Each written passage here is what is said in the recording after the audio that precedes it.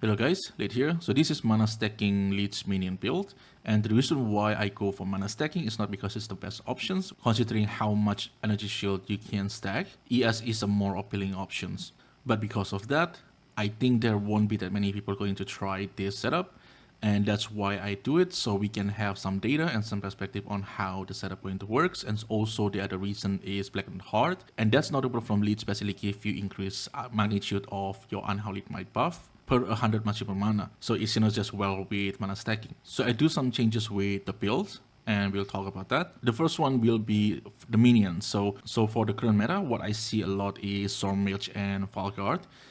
Both of them is really strong minions, especially the Falguard. The grenade is really strong. It has decent AoE. It also have really good damage. And when you put scatter shot in it, it's able to shotgun and is resolved with a huge single target DPS. But the downside of the Falguard is number one is the spirit reservations is 39 when you have the gem quality and also the reservation from the tree. So it's pretty hefty. And the second one is the grenade itself has a 1.6 second cooldown. And you can try to put something like Ingenuity, which is what I do on my previous setup, and it's going to reduce it to something like 1.3 or 1.4 if I remember it correctly, but you will still limited by that cooldown. And this become a problem when I try to move into the endgame and I try to increase the clear speed. And what I found when I'm playing with Falguard is often it feels very clunky and it's just not a suitable minion for fast clearing speed. On my previous setup, I put in Reaver as the intermediary DPS minions, and it does works, but after trying a bunch of the options, I decided to just go for the Reaver, because Reaver is a very good DPS minion. It have a lot of attack speed, and that's going to make the Withering buff very consistent on the full stack. And the second one is also have really good single target DPS, but Reaver also have its own downside. Number one, it's pretty squishy. So on this setup, I try to get as many plus level minion as possible, because the higher your minion, the more life they're going to have. And of course more DPS too and more accuracy. So if you want to use Reaver, I will highly suggest to get a decent amount of minion level first before you go for Reaver, because they are pretty squishy, and with the current changes on 0.2 they can die pretty fast. And the second weakness of the Reaver is on the clear speed. The clear speed is not bad, it's pretty decent, but it's never going to be really fast, and it's simply because Reaver don't have any AoE. So Reaver have to fight monster one by one, and because of that you cannot really push the clear speed.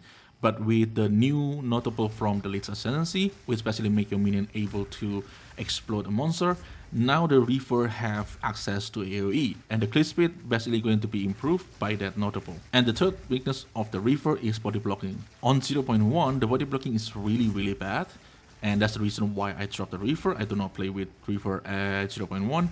But on 0.2, it still exists. The minions still body block each other's, but it's a lot better compared to 0.1. And so far I play with Reaver, it's fine. It's not as annoying as 0.1, so I'm pretty okay with the body blocking right now. Obviously it's going to need more improvement because the body blocking still exists, but it's a lot better on 0.2. So that's the reason why I go for Reaver, and this setup particularly use a lot of variants of minions for different utility skill, but the main minion of the build is Reaver. And the next one, let's talk about the items. And on the screen I put in the image that I make. Basically this is a start priority for each slot of item that, and you guys can screenshot it, you can guys save it or whatever, but the purpose of this one is kind of like a guide on like if you're looking for a certain item on a certain slot, what stat you're looking for and what is the priority of that stat.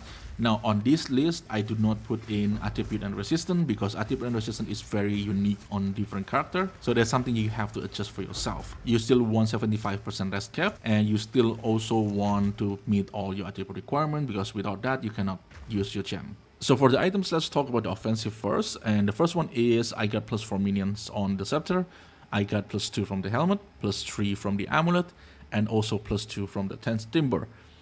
This one you can corrupt it and try to get the +3, but right now I'm still stuck with the +2. And for the defensive layer, if you see all my gear, a lot of it still have life and mana. For example, my gloves still have life and mana, my body armor still have life but do not have mana. I still need to look for a better one for this one. And for the helmet, I still have life, I still have mana. And for the boots, I still have life and mana. And the reason why I'm still looking for life is because number one, life still is part of your hit pool. The second one is because of this notable of here, Soulless Form. And this is going to give you a new base mana regions, which basically 6% of your life, and have a better base mana regions, going to help you with recovery. Right now I'm at 259, but the main recovery will come from recoups. And for Mind Over Matter builds, damage taken off recoup is really important stuff for recovery, and you want to get as much as possible. In this case, I have 102%. It basically comes from this belt. I get 60% from this. Normally, you only get like 50. You can get up to 60 by corruptions. And I get 20% from the amulet. And I get another 20% from the passive tree over here at first growth. So that's how I get 100% damage taken recoup as mana, and this is your main recovery when you're taking damage. So when you take a damage, that damage will recoup as mana over 8 seconds. So it's not happen instant, but it's going to recover as a mana over 8 seconds. And there is a notable here, and this is going to give you a 25 increase speed of recoup effect. Now, from how I understand this note, it should make the 8 second become 6 seconds. Now, some people say that it's 8 seconds for become 7 seconds. I have no idea how the math works, but from what I understand, it should be become 6 seconds. If it's only become 7 seconds, then this node is really bad to take. But if you're talking about from 8 seconds to 6 seconds, it does help a lot with the recovery. So if you need recovery, Playable Flash is one of the options. I'm currently at 92, so there's a few skill points that I still can get, and there's a few targets that you can go for. The number one is Aether Flow. It is going to give you 50% increased mana regeneration, which is a lot, but only on moving. Which basically on map you're always going to move. And also there's a node over here which is going to give you 20% regen rate, but also give you plus 20 maximum mana. So there's still a few mana node that we still can take. And the tree right now is basically look like this. I changed the environment becomes right hand of the darkness, and the reason for this one is because I need a 10% chance to inflict wither on hit. And this with combination with Reaver, in single target you're basically going to get maximum wither all the time. Because how fast Reaver attack, unless all of them die. That's why the reason you need a lot of plus minion level to Reaver first before you actually able to use for Reaver setup. And another new things is this jewel over here. This is Prism of Belief. It basically gives +1 to +3 to like any skills. It has to be specific that skill. And in this case, it gives +2 to my Reaver. I buy this like 5 divine. The +3 is around 60 divine. I don't think it's worth to go for the +3, considering how expensive that is. If you're talking about like 10 to 20, if you're talking about something like 10-20 divines, sure, that's pretty good, but 60 is way too much. And so far, I think the damage is more than enough for mapping. And I also take Whisper of Doom. This keystone basically make you able to apply additional curse. And we are using 2 curses. The first one is Temptation, and the second one is Despair. And other important things is Spirit. Right now I have 422. It's not that high. I still can get a little bit more spirit from my scepter. My scepter only have like 135 spirit. The next upgrade, I'm probably going to look for a spirit that have like 180 to 190. And that's going to allow me to have more Reaver, basically. And there's multiple sources of spirit too. Like for your amulets, you can get Solar Amulet that's going to give you a 12 spirit. And there is also a spirit roll on the amulet itself. I'm at +34. This is pretty mid tier. I think you can go up to like 45 to 50 spirit. And another source is the body armor. I'm not using the Enfolding Dawn anymore because Enfolding Dawn take away the bonus of your intelligence. That's make your intelligence do not give you any mana. And because we are mana stacking, we do need that mana. So I'm using this rare chest over here. The important part is the base. This is Conjurer Mantle.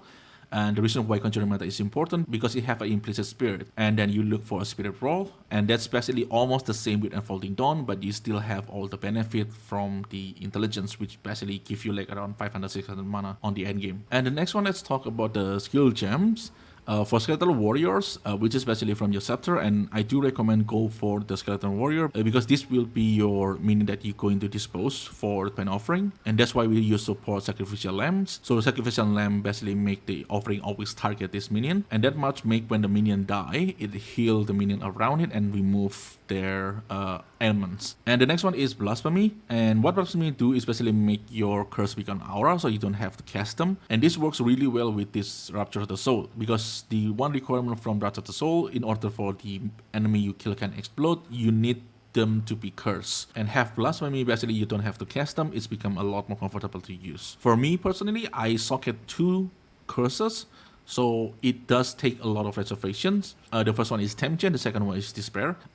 There is another options where you can cast the Despair on your own. So basically you can use your Despair with Heightened Curse and Curse Ground. And the reason why I like Curse Ground is because you can precast it. So for example, like map bosses, when it appear, it not immediately appear. Usually there's some animation and all that stuff. So with Curse Ground, I'm able to cast the Despair first, and when the boss coming out, the curse is already there. And then you can put incumbents back on the Blasphemy, and that's going to help with the slow magnitude of the Tempo and Chain. But right now I'm using Despair with the Blasphemy because I'm pretty lazy, so I don't have to press any button. I can just walk around, and on mapping scenario, this really comfortable, but it does cost you extra 54 spirit. And another support gem that I'm using is Magnify Effect and Retroactive Curse. This is basically try to increase the AoE as big as possible, because the bigger the AoE, the more monsters they're going to be affected by the curse, and that's make the explosion a lot more stable. So if you can see, the curse radius is 0.5 meters. So this is basically almost the whole screen. And the next one is Reaver. So this is the main minions of this setup. And I'm using it with Master because I use quite a lot of different minion type. For example, I'm using Scatter Warrior, I'm using Storm Mage for the shock, and also using Cleric. I'm also using Sniper for the armor break. So there's a lot of minion types, and for each of them, it gives the Reaver 7% more damage. So I have like 1, 2, 3, 4, and 5. So this one basically gives me 35% more damage, and it is a lot of DPS. So for examples, right now I have 12k damage. If I take the monster out, it goes down to 9k. It's a lot of DPS loss. So this support gem gives a lot of DPS. And the next one is Martial Tempo. The faster its attack, the more rage you're going to get, because if you see on the Reaver, Reaver have a skill that called Enrage. It basically make the Reaver gain rage on hit. And Reaver does have an extra benefit from rage. It's going to give Reaver more attack damage and also increase attack speed. So having faster attack speed does mean the RAM will be a lot faster, because the Reaver can gather the rage a lot faster too. Right now I'm at 0.48 second attack, so every second the Reaver attack 2 times. And the next one is Feeding Frenzy. This is a typical minion gem. This is a typical TPS gems.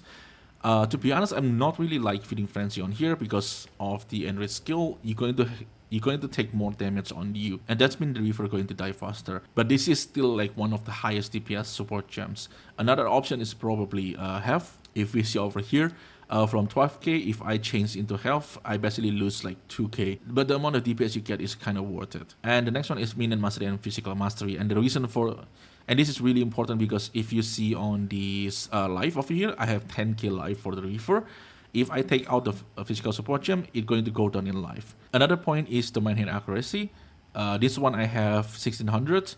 And if I put in the mastery back, this go up to 1700. And this is one thing that I'm not really sure, because on the tooltips it said 100%, so I have no idea like how good the accuracy is. But based on some testing on 0.1, your melee minion does need some accuracy, and having a lot of accuracy on your base minion, meaning you do not have to get it from the passive tree, therefore you save some skill point. And of course, with higher minion level, you also get more DPS. And the next one is Storm Mage, and Storm Mage is basically a shock bot, so it's only access to shock. And the support gem is Conductions, having more chance to shock, and Overcharge. This is going to increase the magnitude of the shock.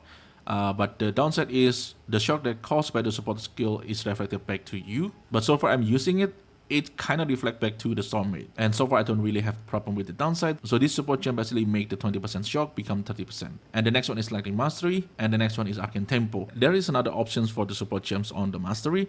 You basically can use Counter Destructions. This is going to give 25% more hit damage, but the Storm Mage cannot critical hits.